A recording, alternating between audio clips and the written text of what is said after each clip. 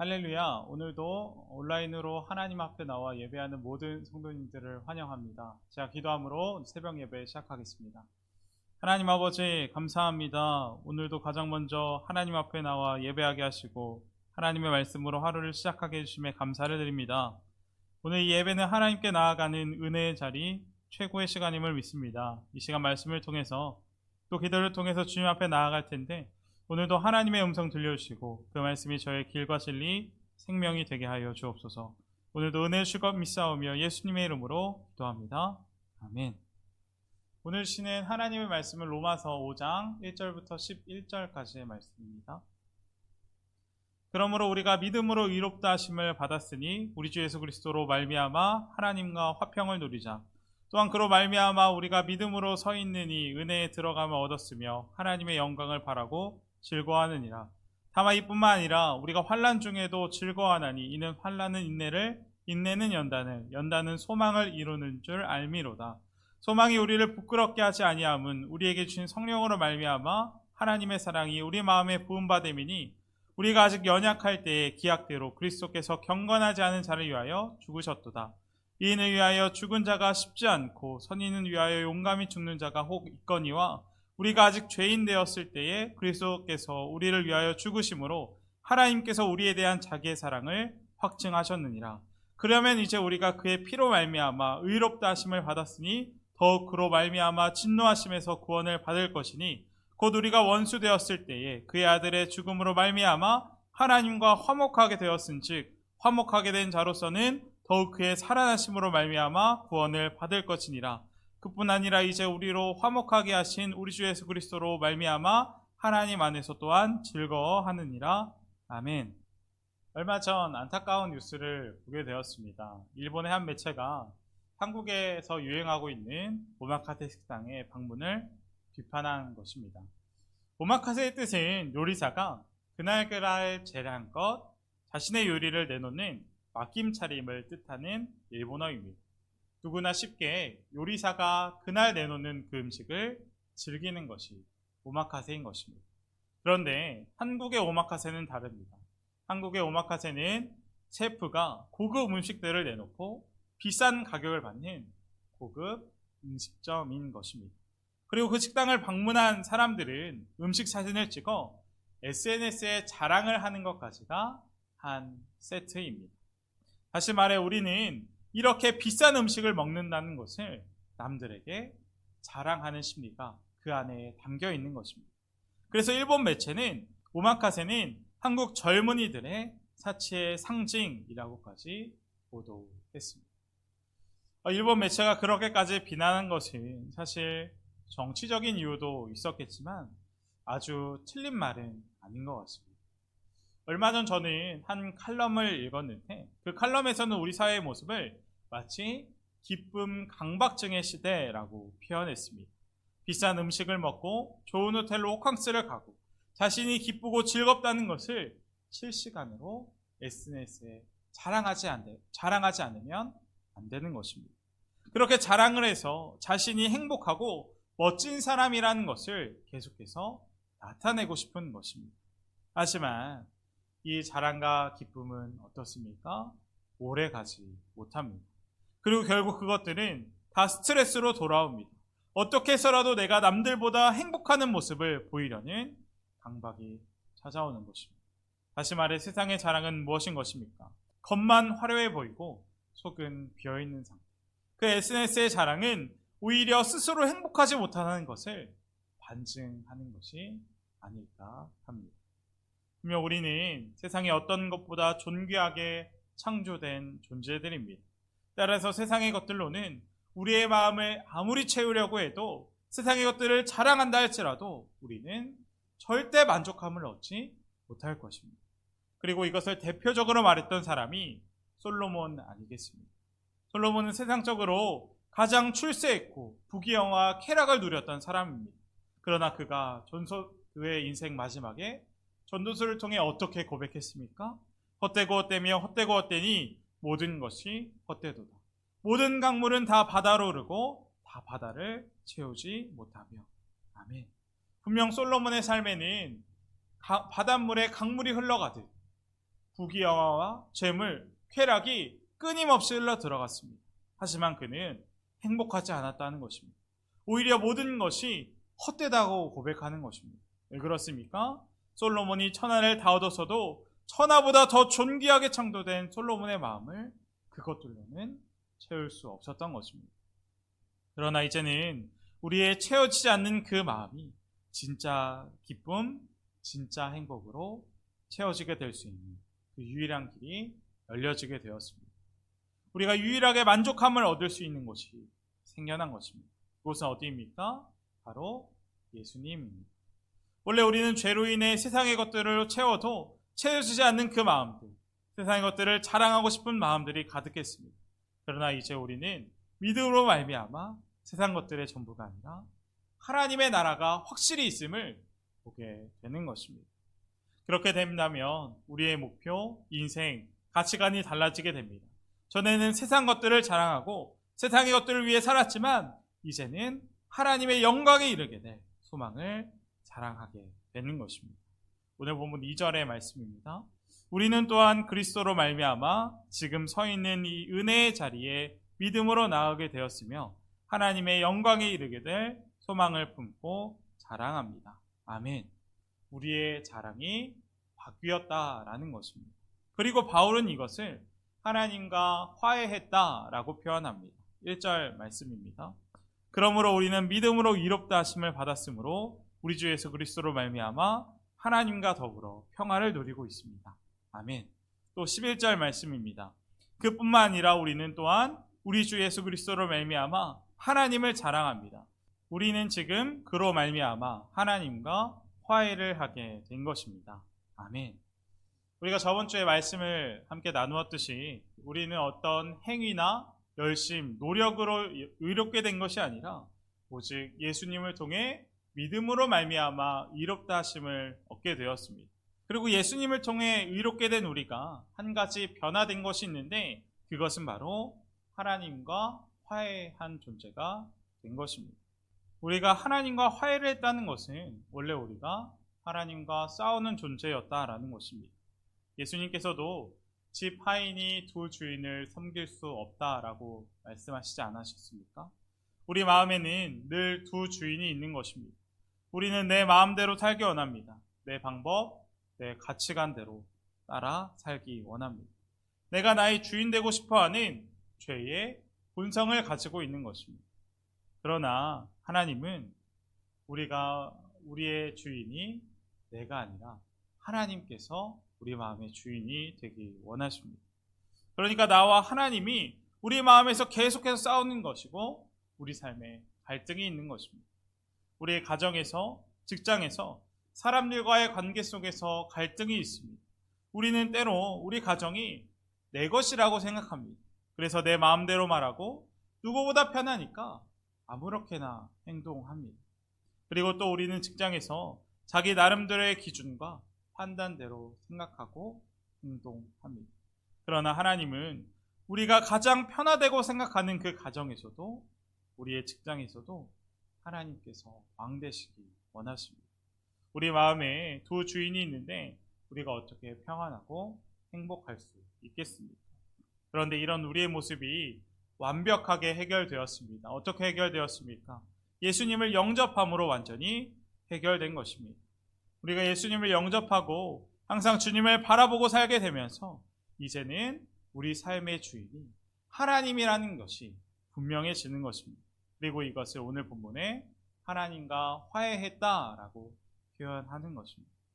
오늘 말씀을 보며 우리가 우리 자신을 한번 돌아보았으면 좋겠습니다. 우리는 하나님과 화해한 사람들입니까? 오직 하나님을 자랑하며 사는 사람인지 우리가 한번 우리의 마음을 돌아보았으면 좋겠습니다. 안타깝게도 우리는 하나님과 화해했음에도 불구하고 우리 마음에는 여전히 세상 것들이 자랑이 되기 원할 때가 많이 있는 것 같습니다. 물질, 외모, 자녀가 대학을 잘 간 것, 취업이 잘 된 것을 자랑하고 싶을 때가 얼마나 많이 있습니까? 심지어 여기서 더 안타까운 것은 자녀가 대학에 떨어지거나 가난하거나 병이 찾아오게 되는 것을 하나님이 축복을 주시지 않아서 그렇게 된 것이라고 생각합니다. 바로 율법주의인 것입니다. 하나님의 사랑을 알지 못한 채 율법주의로 사는 사람들의 특징은 명확합니다. 그것은 기브 앤 테이크입니다. 하나님께 열심을 다해 예배도 드리고 새벽 기도도 한 번도 빠지지 않고 헌금도 많이 한 사람은 하나님이 축복을 주셔서 성공해야 된다고 생각하는 것입니다. 그리고 또 반대로 말하면 교회에 다니고 하나님을 믿으면서 환난을 당하거나 불합격하거나 실패하는 것은 창피한 것이 되어버리는 것입니다. 하나님의 사랑을 무엇으로 증명하려는 것입니까? 세상의 것들로 끊임없이 증명하려는 것입니다. 그리고 이것은 교회도 마찬가지입니다. 많은 사람들은 교회를 큰 교회, 작은 교회로 교회를 그렇게 나눕니다. 하나님께 더 열심인 교회니까 그 교회는 대형 교회가 될 수밖에 없다라는 착각이 만연해 있습니다. 그러나 주님은 우리에게 분명히 말씀하셨습니다. 요한계시록 3장 17절 말씀입니다.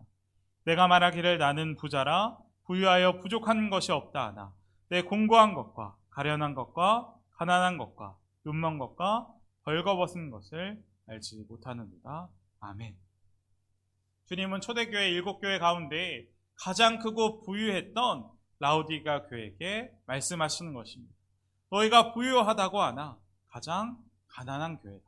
벌거벗고 눈먼 교회라고 책망하고 계시는 것입니다. 이렇게 볼 때 하나님의 사랑은 어떻습니까? 기브 앤 테이크. 내가 이만큼 노력하고 열심히 했으니까 하나님의 사랑을 보상으로 받는 것이 아니라는 것을 우리가 확실히 알 수 있는 것입니다. 분명 우리를 향한 하나님의 사랑은 끝이 없습니다. 그리고 이것을 우리가 어떻게 알 수 있습니까? 바로 십자가를 보면 알 수 있습니다. 오늘 본문 8절 말씀입니다. 우리가 아직 죄인 되었을 때에 그리스도께서 우리를 위하여 죽으심으로 하나님께서 우리에 대한 자기의 사랑을 확증하셨느니라. 아멘. 나를 위한 그 십자가, 내가 아직 죄인 되었을 때 주님이 나를 위해 죽으신 십자가, 이것은 분명한 역사적 사실입니다. 그리고 이 주님의 십자가가 우리를 향한 하나님의 사랑을 확실히 확증하고 있는 것입니다. 그리고 그 사랑 때문에 우리는 어떻게 됩니까? 그 사랑 때문에 우리에게 찾아온 그 환난도 자랑이 될 수 있다고 본문은 이야기하고 있습니다. 3절 이하의 말씀입니다. 다만 이뿐 아니라 우리가 환난 중에도 즐거워하나니 이는 환난은 인내를, 인내는 연단은 소망을 이루는 줄 알미로다. 소망이 우리를 부끄럽게 하지 아니함은 우리에게 주신 성령으로 말미암아 하나님의 사랑이 우리 마음에 부음바 되니. 아멘. 성령님으로 말미암아 보증된 하나님의 사랑이 우리 마음에 부은 바가 되어 우리가 어떻게 된다는 것입니까? 우리에게 찾아온 그 어려움, 환난, 고난까지도 자랑이 될 수 있다라고 이야기하는 것입니다. 하나님이 우리를 사랑하는 것이 진짜 믿어진다면 그 사람에게 고생이 더 이상 고생이 아니고 환난이 더 이상 환난이 아닙니다. 분명 우리를 사랑하시는 하나님이 우리에게 환난을 주신다면 유익하시기 때문에 주는 것입니다. 우리를 사랑하시는 하나님께서 우리에게 유익하지 않은 것을 주실 리 없기 때문입니다. 그러니 어떤 일을 만나도 다 감사하고 오히려 환난 당하는 것이 우리가 자랑하게 된다는 것입니다. 그래서 이것을 확실히 믿었던 많은 사도들도 환난과 고난에 대해 다음과 같이 이야기했습니다. 너희가 여러 가지 시험을 당하거든 온전히 기쁘게 여기라. 이는 너희 믿음의 시련이 인내를 만들어내는 줄 너희가 알미라. 아멘. 여러 가지 시험을 만나면 오히려 기쁘게 여기라고 이야기합니다. 그리고 정말 사도들은 하나같이 그렇게 믿었습니다. 그들은 환난, 시련, 고통을 당해도 오히려 그것을 기뻐하고 자랑거리로 삼았다라는 것입니다. 주님의 사랑을 확실히 알았기 때문입니다. 오늘 말씀을 통해 우리가 하나님께서 우리를 정말 사랑하신다는 것을 다시 한번 확실히 붙잡기를 주님의 이름으로 축복합니다. 얼마 전 유키즈라고 하는 TV 프로그램을 보는 가운데 역도 국가대표 선수인 장미란 선수가 게스트로 나오는 것을 보게 되었습니다. 장미란 선수는 현재 문화체육부 차관이자 우리나라 역도 금메달리스트, 또 신실한 크리스찬으로도 유명합니다. 그런 그녀가 TV 프로그램에 나와서, 그 유키즈 프로그램에 나와서 이렇게 이야기했습니다. 제가 최근에 힘든 일이 있었습니다. 그래서 하나님께 이렇게 기도했습니다. 하나님, 제가 무게를 드는 게 전문 선수이긴 하지만 제게 찾아온 이 문제는 정말 무겁습니다. 들 수 없을 것 같습니다. 하나님, 도와주십시오. 그렇게 울면서 하나님 앞에 기도했다고 합니다. 그리고 계속해서 그녀는 다음과 같이 고백했습니다. 그렇게 기도하고 다음 날이 되면 오히려 그 무거운 문제가 가벼워집니다. 어제는 아팠고 슬펐지만 내가 처한 어려움들이 가벼워졌고 오히려 감사로 바뀌게 됩니다. 그녀의 고백이 우리에게 큰 은혜가 되는 것 같습니다. 분명 기도하는 그녀의 마음에 하나님께서 찾아가 주셨고 성령님께서 그 마음에 주님이 향한 그 사랑을 부어주신 것이 아닐까 합니다. 분명 그녀의 문제, 상황, 어려움의 무게는 똑같이 무겁지만 주님께서 그 문제를 함께 들어주셨던 것입니다. 우리도 그 주님 바라보았으면 좋겠습니다. 분명 하나님께서 우리를 위해 하나님의 아들의 목숨까지 내어주셨습니다. 그 사랑이 우리를 어떤 상황 속에서도 감사하게 하고 일어서게 하는 능력, 사랑이 되게 할 것입니다. 만일 우리가 십자가를 보아도 하나님의 사랑이 느껴지지 않거나 실패에 절망에 어려움에 넘어져 있는 분 계십니까? 이 새벽 다시 한번 성령님의 도우심을 구했으면 좋겠습니다. 분명 성령님은 우리 마음에 하나님의 사랑을 부어주시는 분입니다. 십자가를 보면서 하나님의 사랑을 깨닫는 것은 전적으로 성령님의 역사인 것입니다. 따라서 우리가 이렇게 기도했으면 좋겠습니다. 성령님, 저의 눈을 여셔서 하나님의 사랑이 얼마나 놀라운지 알게 하여 주옵소서. 분명 그때 우리가 그렇게 기도할 때 주님께서 우리를 만나주시고 우리를 일으켜 주시고 손잡아 주실 줄 믿습니다. 이 시간 함께 기도하기 원합니다. 첫 번째로 기도할 것은 우리가 하나님과 화해하는 사람들이 되게 해달라고 기도하겠습니다. 때로 우리가 죄로 인해 세상의 자랑이 마음에서 올라오고 또 하나님의 사랑을 우리가 노력해서 얻는 어떤 보상으로 생각할 때가 많이 있습니다. 그러나 분명 주님의 사랑은, 우리를 향한 그 주님의 사랑은 끝이 없을 줄 믿습니다. 그래서 이 시간 기도할 때 성령 하나님, 저희가 다시 한번 십자가를 바라보는 사람이 되게 하여 주셔서 주님의 사랑 안에서 환난까지도 자랑하는 우리 모두가 되게 해달라고 이 시간 함께 기도하겠습니다. 두 번째로 기도할 것은 날씨가 많이 춥습니다. 동부대문의 가족들, 특별히 환우분들을 위해서 함께 기도하겠습니다. 자, 기도함으로 오늘 모든 예배 마치겠습니다. 하나님 감사합니다. 오늘도 말씀하여 주시고 하나님의 뜻이 무엇인지 깨닫게 해주심에 감사를 드립니다. 하나님, 분명 하나님의 사랑은 끝이 없을 줄 믿습니다. 성령 하나님, 이 새벽 저희의 눈을 열어주셔서 하나님의 사랑이 얼마나 크고 놀라운지 깨닫게 하여 주시고 특별히 하나님, 그 영원한 사랑 앞에 우리가 환난, 어려움도 자랑하기 원합니다.